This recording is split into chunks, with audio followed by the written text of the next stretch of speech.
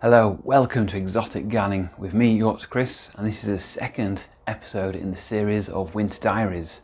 And in this episode, as we're moving through September now, I'm going to look at the most tender plants and start thinking about how we're going to overwinter them, and also to take cuttings of tender plants to overwinter inside.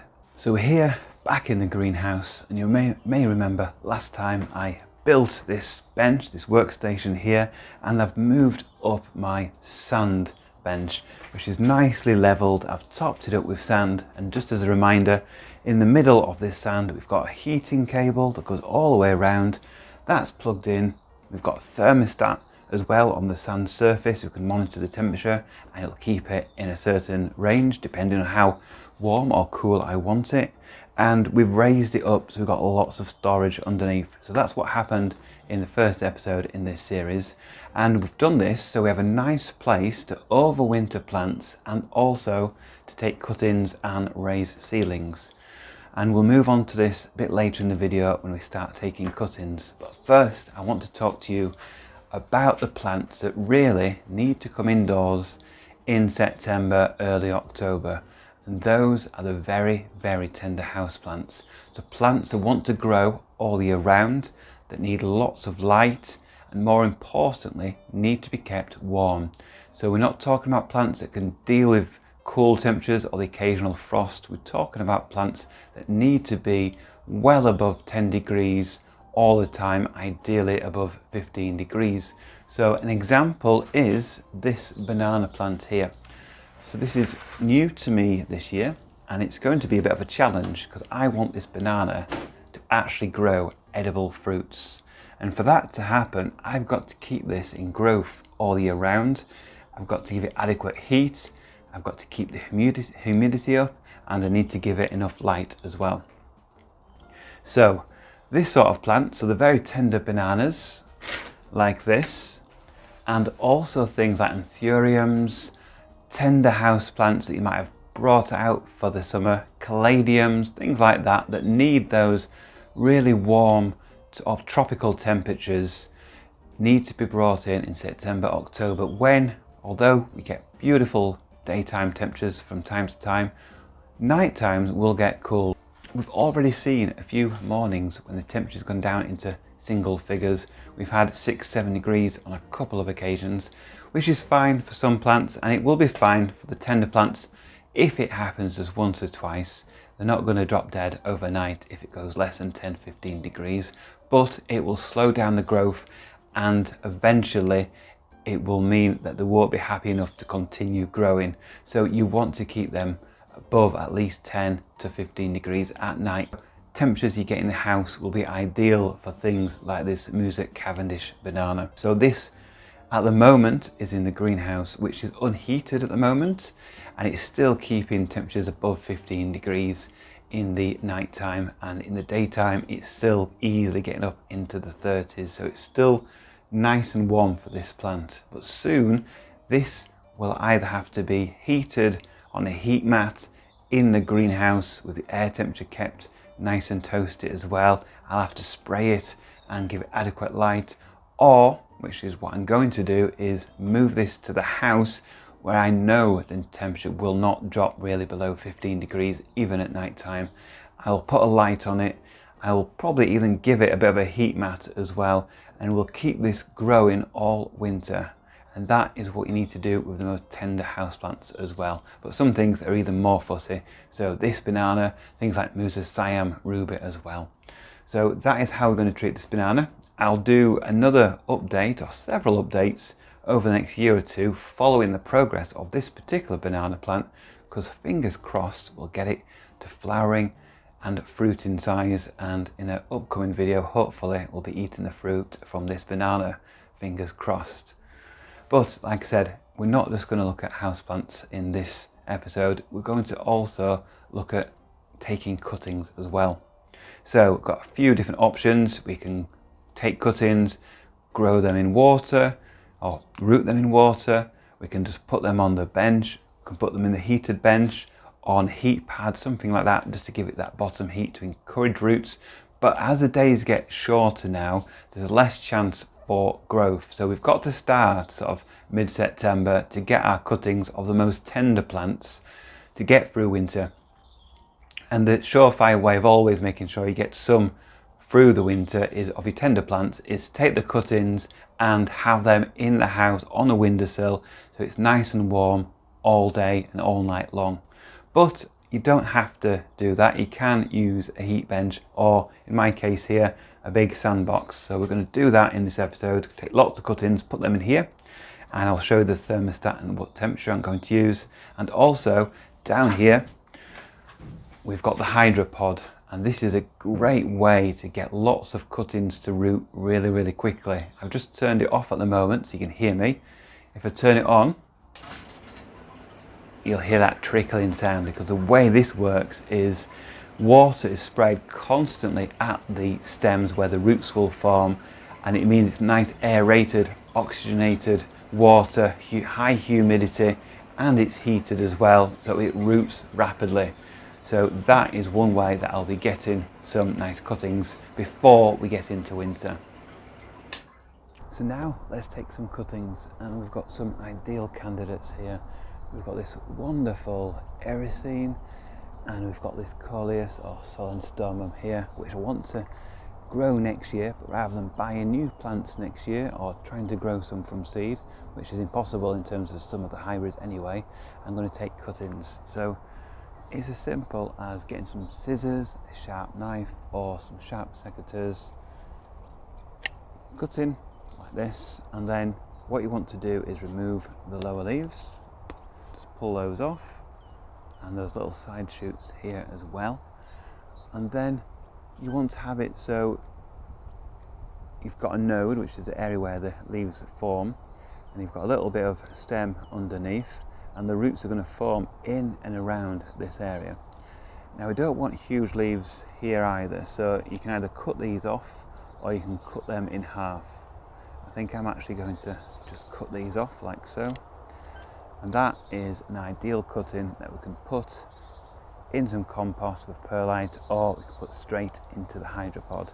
And I'm going to be quite quick with this. I'm going to make some cuttings now. I'm not going to take hundreds, I'm going to take a handful, go back and actually get the cuttings put into some compost or in the hydropod straight away, because otherwise these will wilt quite quickly, especially if you do this on a warmer autumn day.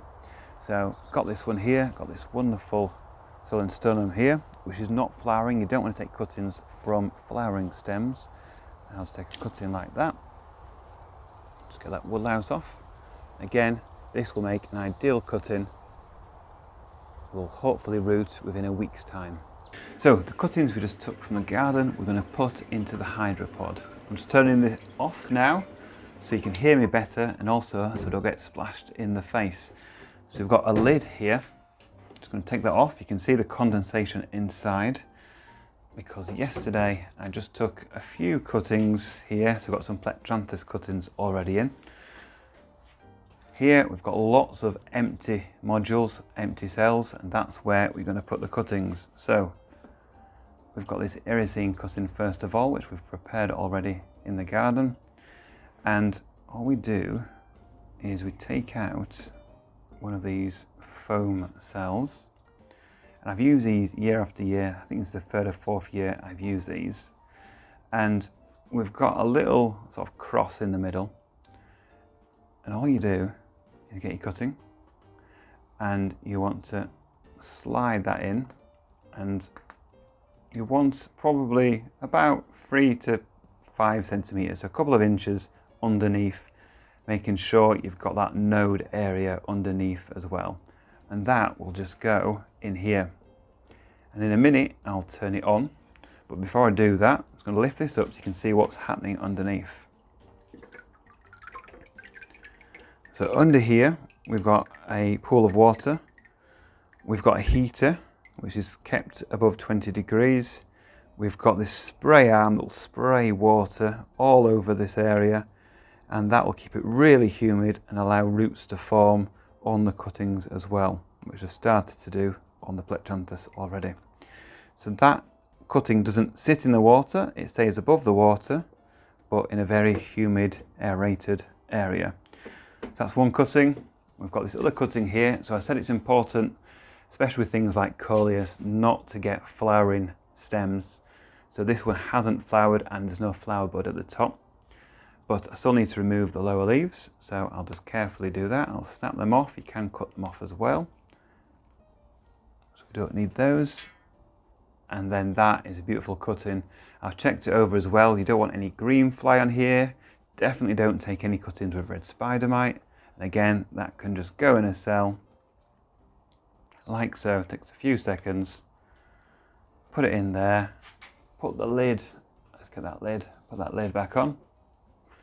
Try not to damage the leaves of the cuttings as you do so.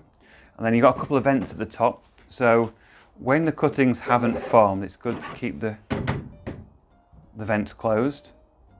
Turn it back on and then check on that every sort of 2 to 3 days. What you don't want is to leave your cuttings in there so long that they've got long wispy roots that are really fragile. You want to take them out of here once they've got some nice short stubby roots. Not just like 1 or 2, but you know, a good sort of dozen or so roots forming. Then you can pot them up into compost and keep them heated over winter as well. So that's the hydropod. Now, if we move over to the sand bench, we're going to do a similar sort of thing. So I've taken a cutting here, quite a big sturdy cutting of Plectranthus, and I've just used some multi-purpose compost with some perlite in there, and I've only put 1 in, but I'm going to put several more to maximise my space. So probably get another 4 Plectranthus cuttings in here, and then they will be well watered and they'll be kept on this heated sand bench, and we'll see how well they root. They should root not quite as quick as the hydropod, but they should still root very quickly. And to maximise humidity, we can spray these, but we can also put a cloche over the top or any sort of plastic container. So if I just fetch one from down here, this is an old cloche lid, which is going to be too small for this, but if we had a smaller pot, you could see how that can sort of sit over there and keep that humidity in. So that will work for smaller things. For a big pot like this, I might have to use a bigger container to go over the top. So for the next hour or 2, I'm going to go around the garden, I'm going to take more cuttings, I'm going to fill up the hydropod. I'm not going to fill up this huge sand bench, but I'm going to put plenty of cuttings on here, and then I'll have lots and lots of stock for next year's plants.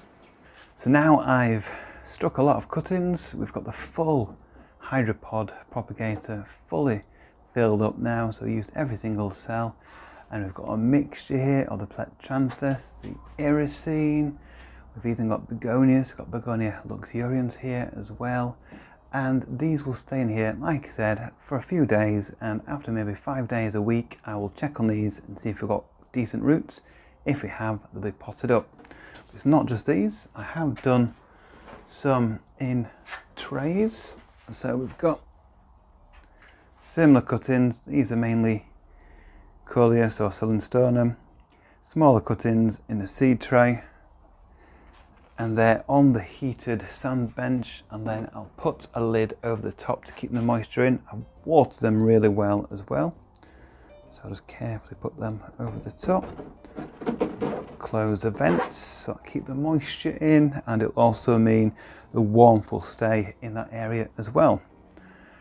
Back over here, another way of doing it is basically just using a jar of water. So these taller cuttings I've put in here, and they're on the heated sand as well, so they'll promote rooting. And the water I use warm water to begin with, so it's already at temperature, rather than using cold water, which will take a lot of energy, a lot of time to warm up. And I've also got some in the propagator behind as well, so I've got a big propagator, and that has got lots of cuttings in. And it's not just cuttings you can actually take mother plants in as well. So here we have a toilet paper plant, our Plectranthus, with its huge furry leaves, and this is well rooted, as you can see in this pot. And I'll take some cuttings from this plant, but the mother plant I'll keep ticking over in this heated area as well. So the air temperature in the greenhouse might drop down to about 5 degrees but because it's nice and heated at root level and soil level, the plant will be happy enough with those conditions. And I'm going to put a plastic curtain down here as well to maintain the heat in this area, so hopefully it'll stay above 10 degrees. So that is taking cuttings and also bringing in mother plants and your tender plants like the banana. And that's all I need to do at this time of year. I'll probably take more cuttings over the next few weeks, and the benefit of taking cuttings rather than digging up all the plants is that if we don't get a frost or cold weather for several more weeks or months, the garden still looks really good. Last year I did a video showing what the garden looked like in November, and I still had a lot of these plants out because it was a very mild winter. I'd taken cuttings as a backup, but I had the garden still looking good. So we've got many more weeks to enjoy in the garden, but it is time just to start taking some cuttings to make sure we get our tender plants through winter. Thank you for watching this edition of Exotic Gardening with me, Yorkshire Kris. Join me next week where I'll be doing more in the garden.